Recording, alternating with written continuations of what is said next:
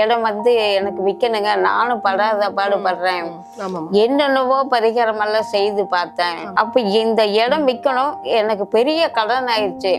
இதுல என்ன இருக்கு அப்படின்னு சொல்லி பார்க்கும்போது சல்லிய தோஷம் இருக்கு அப்படிங்கறது கண்டறியிடும். வட்டி குட்டி போட்டு பெரிய ப்ராப்ளம் ஆயிடுச்சு.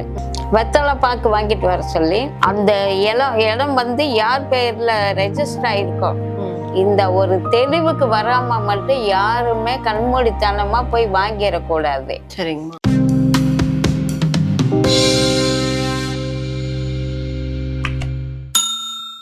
யோகம் யூடியூப் சேனல் நேயர்கள் அனைவருக்கும் வணக்கம். இன்னைக்கு நம்மளை பார்க்கறதுக்காக திருப்பூர்லேருந்து ராதாமணி அம்மா வந்திருக்காங்க. நம்ம இன்னைக்கு என்ன டாபிக் பேச போகிறோம் அப்படின்னா, நிலம், வீடு, தோட்டம் இந்த மாதிரியானது விற்காம ரொம்ப நாள் இருக்கிறது, அதுக்கான தோஷம் என்ன அப்படிங்கிறது தான் அவங்கள்ட்ட கேட்க போகிறோம்.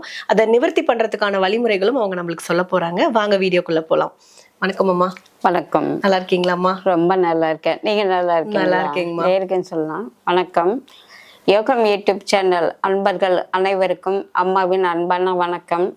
விற்காத இடம், அதாவது வீட்டுமனை, நிலம், வீடு, தோட்டம், காடு, இது எல்லாம் ஒரு ப்ராப்ளம். நம்ம நினைச்ச மாதிரி விற்க முடியலையே, ரொம்ப ப்ராப்ளமா இருக்கு, பிரச்சனையா இருக்கு, சிம்ம சொப்பனமா இருக்கு அப்படின்னு அநேகம் பேர் நினைப்பதுண்டு. அப்ப இதுக்கெல்லாம் என்ன காரணமா இருக்கும் அப்படின்னு பார்த்தா, பொதுவாகவே எந்த ஒரு இடம் வாங்குறதுக்காகட்டும், வீடு கட்டுறதுக்காகட்டும், விற்கிறதுக்காகட்டும், இதுக்கெல்லாம் பார்த்தா அந்தந்த கிரகங்கள் கோச்சாரத்தில் அவங்கவுங்க பர்த் சாட்ல இருக்கக்கூடிய கிரகங்களை, கோச்சார கிரகங்கள் எந்த கிரகத்தை எந்த கிரகம் தொட்டா அந்த வீடு விற்கும், அந்த இடம் விற்கும். பாசிட்டிவ்னா பாசிட்டிவ் அப்படின்னா நம்ம வாங்குறோம்னு அர்த்தம். பர்த் டைம்ல இருந்த சுக்கிரனை கோச்சார குரு தொடறாங்க ஜாதக அடிப்படையில அப்படின்னு சொன்னா சுகஸ்தானம் அப்படின்னு சொல்லுவோம். அந்த சுகஸ்தானம் அப்படிங்கறதுல என்னென்ன அம்சங்கள் இருக்குதுன்னா, முதல் நிலையான வண்டி வாகனம், அவங்க தகுதிக்கு தகுந்தா போல என்ன வண்டி வாங்கணுமோ அதை வாங்கிக்கலாம்.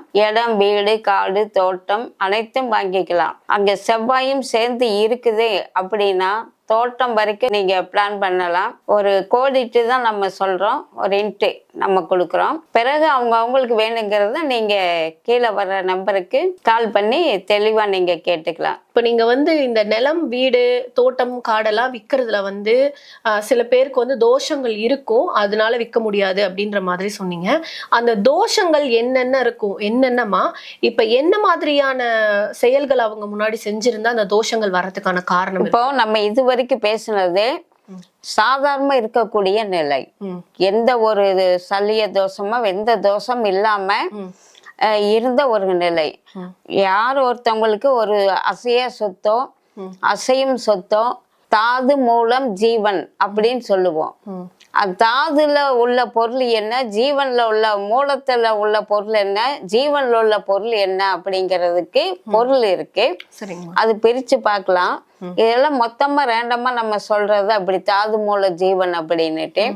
இப்ப நம்ம எதை வாங்க முடியும், இப்ப வர்ற காலகட்டத்துக்கு அவங்கவுங்க ஜாதகத்தை எடுத்து நம்ம பார்த்தோம் அப்படின்னா, இப்போ ஒரு கஸ்டமர் வர்றாங்க, இடம் எனக்கு விற்கணுங்க, நானும் படாத பாடுபடுறேன், என்னென்னவோ பரிகாரமெல்லாம் செய்து பார்த்தேன். அப்ப இந்த இடம் விற்கணும், எனக்கு பெரிய கடன் ஆயிடுச்சு, இந்த இடத்த வித்தேன் அப்படின்னா அந்த கடனை நான் சர்வே பண்ண முடியும், ரொம்ப ப்ராப்ளமா இருக்கு, ரொம்ப கேவலம் எல்லாம் ஆயிரும் போல இருக்கு. அப்ப இந்த இடம் விற்கிறதுக்கான வழியே கிடைக்க மாட்டேங்குது. எவ்வளவோ பேர் பாக்குறாங்க, போயிடுறாங்க. இது என்னன்னு தெரியல. நிறைய பேர் நாங்க போய் சந்திச்சோம், அஸ்ட்ராலஜரும் பார்த்தோம். இன்னும் அதை விட வேற நபர்களையும் போய் பார்த்தோம். இதை சார்ந்த நபர்களை எல்லாம் ரெமெடி யாரெல்லாம் கொடுப்பாங்களோ அவங்களையெல்லாம் போய் பார்த்தோம். அப்புறம் அதுல சொன்னதுல இது கஸ்டமரே சொன்னதை இப்ப நம்ம சொல்றோம். சரிங்க. அப்போ கஸ்டமரே சொன்னதுல என்ன சொன்னாங்கன்னா, ஒரு கஸ்டமரே அவங்க என்ன சொல்றாங்க அப்படின்னா, எங்களுக்கு ஒரு இடம் இருக்கு, யோசிக்காம கடன் நிறைய வாங்கிட்டேன், அது வட்டி குட்டி போட்டு பெரிய ப்ராப்ளம் ஆயிடுச்சு, அடிமேல் அடியா இருக்கு. இதுக்காக நாங்க அஸ்ட்ராலஜரை பார்த்த ஃபர்ஸ்ட் கோயிலுக்கெல்லாம் போனோம். அது போக இன்னும் மாந்திரீகவாதிகள் இன்னும் யாரெல்லாம் இருக்காங்களோ அவங்களையும் எல்லாம் போய் போய் பார்த்தோம். ஆனா எதுவுமே ஸ்டெப்பு நடக்கவே இல்லை. வருஷம் ஒன்னும் கூடி ஆகுது. நாங்க வந்து ஒவ்வொரு டைமும் இந்த ரெமெடிக்காக நாங்க யார்கிட்ட போறோமோ அவங்க சொன்ன ஒரு தெளிவை வச்சு டைமிங் வச்சு இவ்வளவு நாள்ல வித்துடுன்னு சொல்றாங்க. இதை வச்சு எங்க கடன்காரவங்களுக்கு நாங்க சொல்லும் போது நாங்க அது நாங்க சொன்ன வார்த்தைகள் வந்து பொய்யாயிடுது. அப்ப நாங்க அவங்க கிட்ட வந்து சில ஏச்சுக்கும் பேச்சுக்கும் ஆளாகிறோம். இது எங்களுக்கு மன உளைச்சலை கொடுக்குது. சரி, இந்த கடனுக்காக நம்ம செத்துடலாமா? நிறைய பேர் அப்படி தப்பிச்சிருக்காங்க. அது போல இதுக்கு எல்லாத்துக்கும் சேர்த்து நம்ம தப்பிச்சிடலாமா, இல்ல வேற ஏதாவது முயற்சி பண்ணி பாப்போமா அப்படிங்கும்போது உங்களை ரெஃபர் பண்ணாங்க. அதாவது என்னைய சொல்லி இருக்காங்களாம். எதுக்கு நீங்க ஒரு கிளான்ஸ் அந்த அம்மாட்ட போய் பாருங்க அப்படின்னு சொன்னாங்க. இப்ப பையனெல்லா ஒரு முடிவுக்காக இப்ப நாங்க இங்க வந்திருக்கோம் அப்படின்னு சொன்னாங்க. இது வந்து பிராக்டிக்கலா நம்ம கிட்ட வந்து நடந்த கதையை இப்ப நம்ம சொல்றோம். உண்மை சம்பவம். அப்படி அவங்க சொன்னாங்க. அப்படிங்களா அப்படின்னு சொல்லும்போது அவங்க ஜாதகத்தை அனலைஸ் பண்ணி பார்த்துட்டு சில பிரசனம் எல்லாம் போட்டு பார்த்துட்டு வெத்தலையும் இருக்குது. இதுல வெத்தலை பிரசனம் பார்ப்போம். சரிங்க. அப்ப இத்தனை டூல் நம்ம ஏற்பாடு பண்ணி அதையெல்லாம் வச்சு பார்த்துட்டு பிறகு இதுல என்ன இருக்கு அப்படின்னு சொல்லி பார்க்கும்போது சல்லிய தோஷம் இருக்கு அப்படிங்கறது கண்டறியிடும். சல்லிய தோஷம்னா என்னங்க? அதுக்கு விளக்கம் சொல்றேன். சல்லிய தோஷம் அப்படின்னா ஒரு இடம் ஒரு 15 சென்ட் அந்த அளவுக்கு இருக்குது. அவங்க அந்த இடம் அவங்க வேற ஒருத்தவங்க கிட்ட இருந்தது. இப்ப இவங்க நம்மளை பார்க்க வந்த கஸ்டமர் வாங்கி இருக்கிறாங்க. ஆனா இவங்களுக்கு யார் கொடுத்தாங்களோ அவங்க வந்து என்ன சொல்லி செஞ்சிருக்காங்க அப்படின்னா அவங்க வீட்டுல ஆல்ரெடி 6-7 பிள்ளைங்க இருக்காங்க. சரிங்க. மறுபடியும் அந்த அம்மா ஏதோ அந்த காலகட்டத்துல 70 இந்த ஃபேமிலி பிளான்டிங் எல்லாம் ரொம்ப ரேர். ஆமாங்க. அடிக்கடி பண்ண மாட்டாங்க. ரொம்ப துணிஞ்சு யாரும் லேடிஸ் போக மாட்டாங்க. சரிங்க. ஏன்னா அப்பெல்லாம் அந்த அளவுக்கு ஒரு நாலேஜ் இல்லாம ஒரு ஆரம்பம் அப்பதான் 70கள்ல தான் பிகினிங் வந்துட்டு இருக்குது. சரிங்கம்மா. 1-2 பேர் தான் செய்வாங்க. அது நிறைய ப்ராப்ளத்தோடு இருப்பாங்க. அவங்க சொல்ற பார்த்து இவங்க போக மாட்டாங்க. அப்போ கடந்த ஏஜ் அதிகமான வயசுல அவங்க கர்ப்பமாயிடுறாங்க அந்த அம்மா. சரிங்க. ஒரு 5 மாச குழந்தைய உயிரோட எடுத்து வெளியே எங்கேயும் போய் இது பண்ண முடியாதுங்கிறக்க அவங்க இடத்துலயே புதைச்சிடுறாங்க. ஓகே. சரிங்க. அப்ப இது என்ன ஆகுது, கால அளவுல அவங்களுக்கு இது இப்படி பின் விளைவை கொடுக்குன்னு அவங்களுக்கு அந்த நாலேஜ் இல்லை. அங்க பின்னாடி ஒரு காலகட்டத்துல அவங்க இடம் மாற்ற வேண்டியதாகுது. அவங்க சொத்து வந்து வயசாயிடுச்சு, பிள்ளைங்க எல்லாம் பங்குக்கு வேணும் அப்படிங்கும் போது இந்த இடத்த இன்னொரு கஸ்டமர் வாங்குறாங்க. இவங்க வாங்கி அவங்க செய்த தப்புக்கு பலியா இவங்க மாட்டிக்கிட்டாங்க. அப்ப இந்த சல்லிய தோஷம் என்ன, அது என்ன செய்யும் அப்படிங்கிற ஒரு புலமை இவங்க போய் யாரெல்லாம் இந்த நம்மளை பார்க்க வந்த கஸ்டமர் வந்து யாரையெல்லாம் போய் பார்த்தாங்களோ அவங்க அதுக்கான தீர்வு கண்டுபிடிச்சு இவங்களுக்கு ஒரு சொல்யூஷன் கொடுத்து இவங்களை மேம்படுத்துறதுக்கு அவங்களுக்கு தெரியல. சரிங்க. அவங்க என்ன சொன்னாங்களோ என்ன மாதிரி சொன்னாங்களோ அது தெரியல. ஆனா இவங்க ஜெயிக்கல. இதுதான் ரிசல்ட். அப்புறம் நம்ம சொன்ன இது மாதிரி அந்த இடத்துல வந்து ஏதோ எலும்பு இருக்கு. சரிங்க. சல்லிய தோஷம் இருக்கு. அதுக்கு என்னென்ன கிரகம் அதுக்கெல்லாமே நம்ம அவங்க ஜாதகத்துல கிரகமே காமிச்சு கொடுக்கும். சரிங்க. அப்ப இது எந்த அளவுக்கு நம்மளுக்கு வந்து புலமை இருக்கு, அந்த புலமை வச்சுதான் நம்ம அந்த விஷயத்த கண்டறிய முடியும். இப்போ நிலம் வீடு எல்லாம் விக்கல அப்படின்னா அவங்க ஜாதகத்தை பார்த்தே நீங்க அந்த இடத்துல இடத்தை பார்த்து சொல்லுவீங்களா இல்ல அவங்க ஜாதகத்துல அந்த நிலைப்பாடு இருக்கும். சரிங்க. கிரகங்கள் என்னென்ன கிரகங்கள் எப்படி இருக்குது அப்படிங்கிற பார்த்தாலே அங்க என்ன குற்றம் இருக்கு அப்படிங்கிறது. அப்ப ஜாதகம் பாக்குறோம், பாக்குறதோட அப்ப நம்மளுக்கு ஒரு சந்தேகம் இப்படி இருக்கு, இது வந்து சரிதானா அப்படின்னு சொல்லி நம்ம கேக்குறதுக்கு தெய்வத்தை முன் வச்சு சோழி பிரசனம் கேக்குறோம். சரிங்க.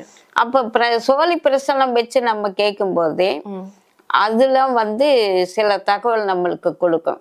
அப்ப இது மட்டும் போதுமா, இதுல சில தெளிவு நம்மளுக்கு கிடைக்கல அப்படின்னா அடுத்த டூல் நம்ம கையில எடுக்கிறோம்.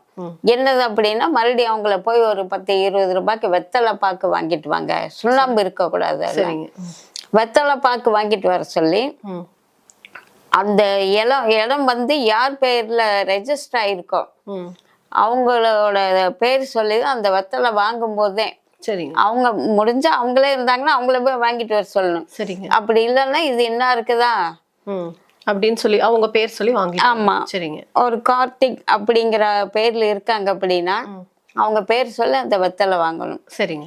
அந்த பிரபஞ்சம் வந்து அவங்களுக்கு எவ்வளோ நல்ல வெத்தலையாவே இருந்தாலுமே அந்த வெத்தலையில இன்னும் நிறைய விஷயங்கள் நம்மளுக்கு எடுத்து கொடுக்கும். சரிங்க, புரியுதுங்கம்மா. அது எப்படி இருக்கு, இது இந்த வெத்தலையில வச்சு ஒரு தெய்வத்துக்கே சாணித்தியம் இருக்கா இல்லையான்னு கூட நம்ம கண்டறியலாம். சரிங்க. ஒரு தெய்வம் இருக்குன்னா அந்த தெய்வம் வந்து கல்லாதான் இருக்கா, அந்த கல்லுக்குள்ள ஜீவன் இருந்து சாணித்தியம் இருக்கா, சாணித்தியம்னா புல் பவர் அப்படின்னு, ஜீவன் அப்படின்னு உயிரோட்டம் அப்படின்னு.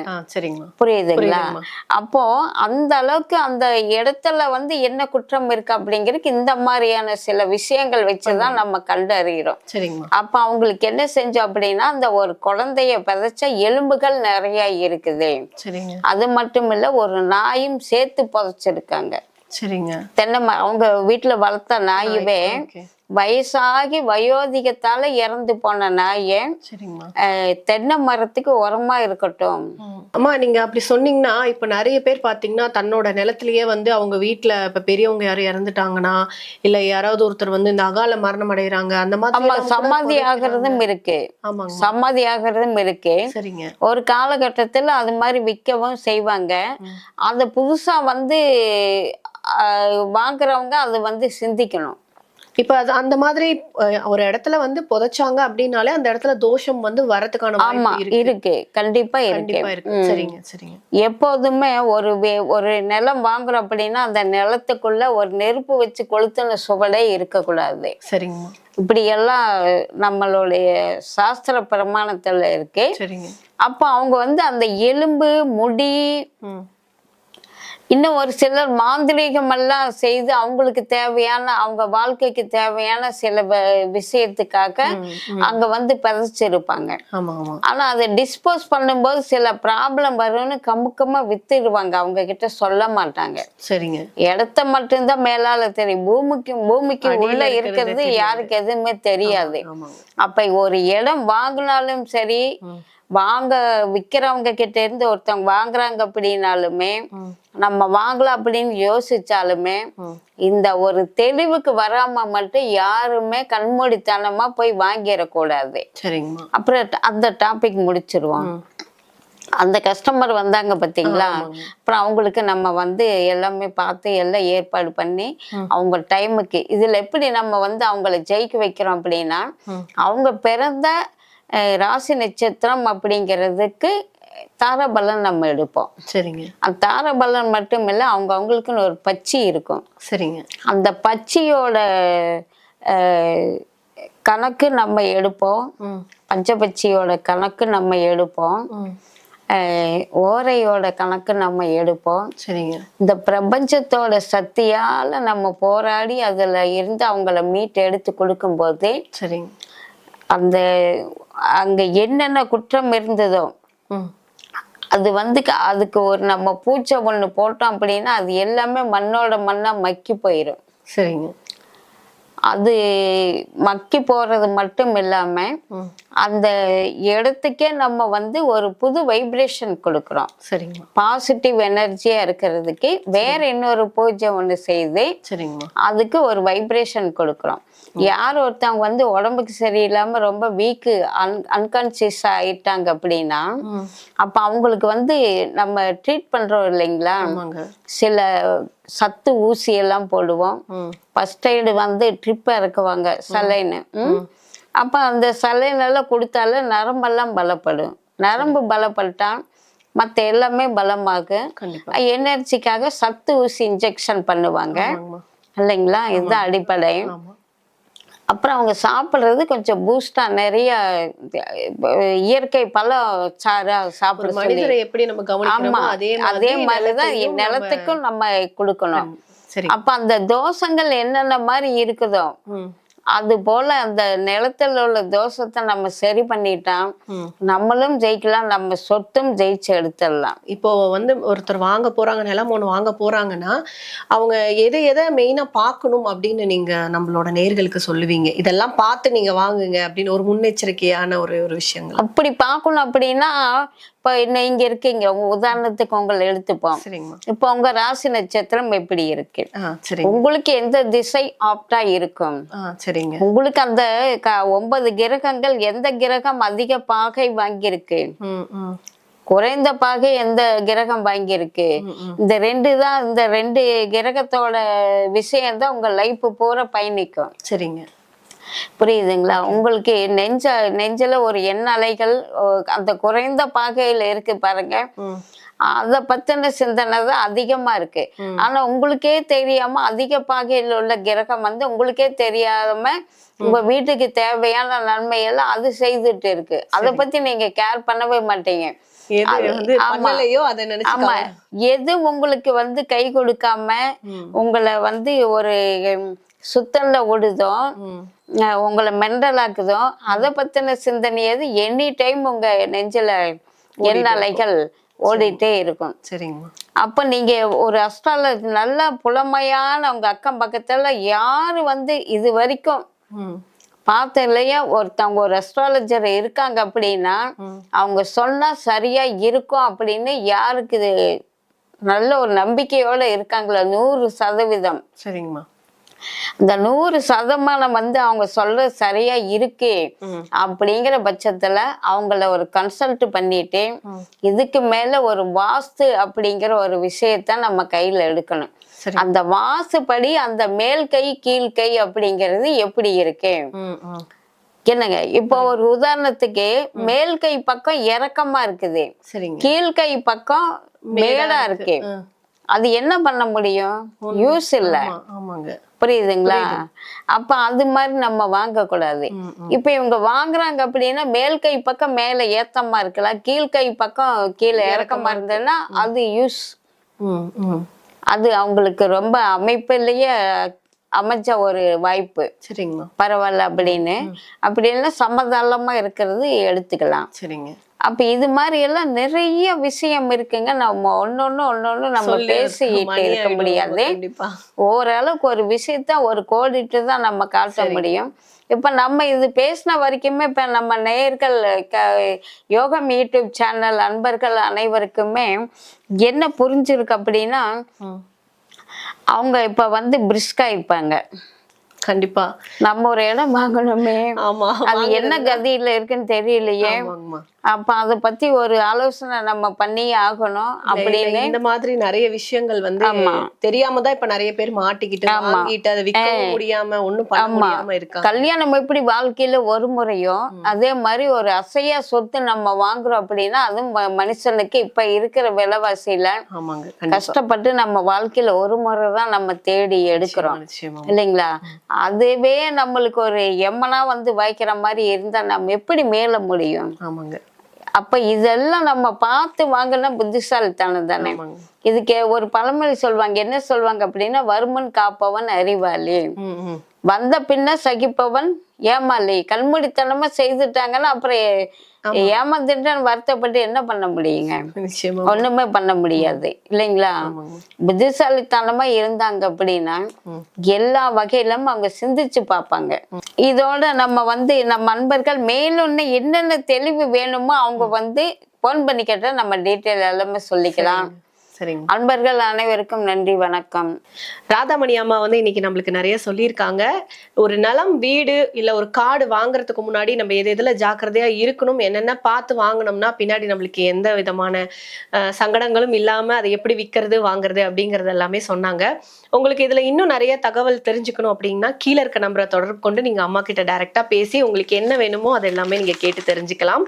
உங்களோட குடும்பத்துல இருக்கவங்களுக்கும் உங்க நண்பர்களுக்கும் இந்த தகவல் உங்களுக்கு பிடிச்சிருந்ததுன்னா கண்டிப்பா அவங்களுக்கும் ஷேர் பண்ணுங்க, சப்ஸ்கிரைப் பண்ணிக்கோங்க. இதே மாதிரி இன்னும் நிறைய பதிவுகள் நீங்க யோகம் யூடியூப் சேனல்ல பார்க்கலாம். நன்றி.